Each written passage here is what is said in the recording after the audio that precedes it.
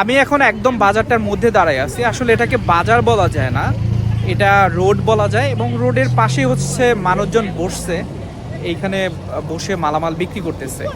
আর এখানে চারপাশে কিন্তু হচ্ছে গ্রাম, গ্রাম। আর এখানে হচ্ছে মানুষজনের একটা প্রতিদিন বিকালে, এখন হচ্ছে বিকাল, এই বিকালের এই সময়টাতে এখানে মানুষজন বসে কেনাকাটা করে, কেউ বিক্রি করতে আসে, কেউ কিনতে আসে। আর এই যে গ্রাম, এই যে আশেপাশে যে গ্রামগুলো দেখা যাচ্ছে, এই গ্রামগুলো থেকে সবজি, তাজা তাজা শাক, তাজা সবজি, তাজা ফল এগুলো নিয়ে আসছে এবং সেগুলো কেনার জন্য মানুষজন এখানে আসছে।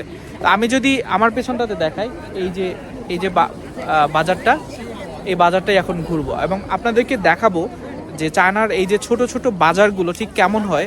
এটা বিকালবেলা, আমি এটাকে বাজার বলতে চাই না, এটা একটা ছোট্ট ছোট্ট একটা কি বলবো, একটা মোড়ে, সেখানে কিছু মানুষজন বসছে।